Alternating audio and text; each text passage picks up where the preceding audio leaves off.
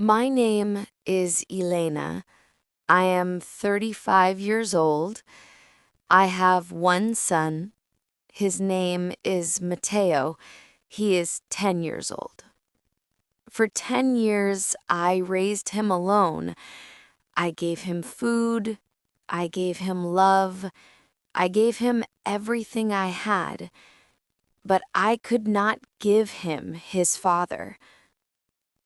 Diego was his father. He knew about Mateo, but he built another life, a wife, a daughter, a home, and I stayed in the shadows. I told myself, it's okay. I can do this. I am strong. And for many years, I was. But lately, I am tired. I am sick. My body is weak.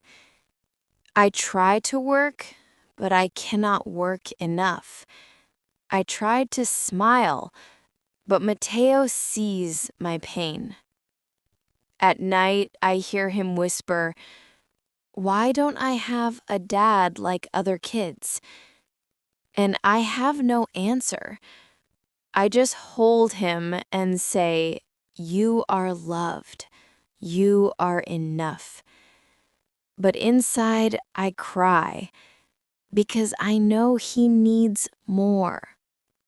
He needs Diego, not just a name, not just a secret, a father.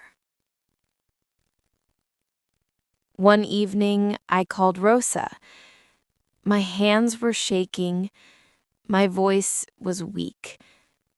I said, "I can't do this alone anymore. Mateo needs help.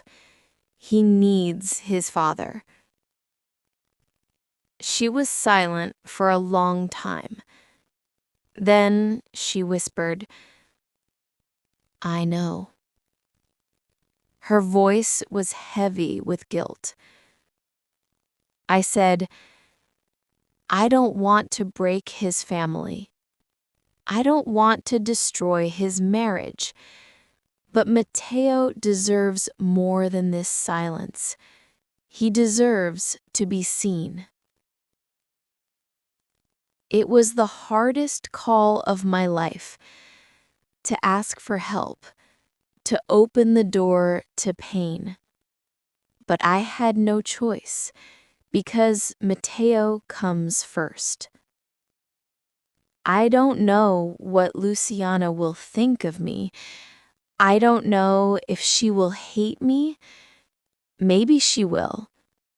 Maybe she already does.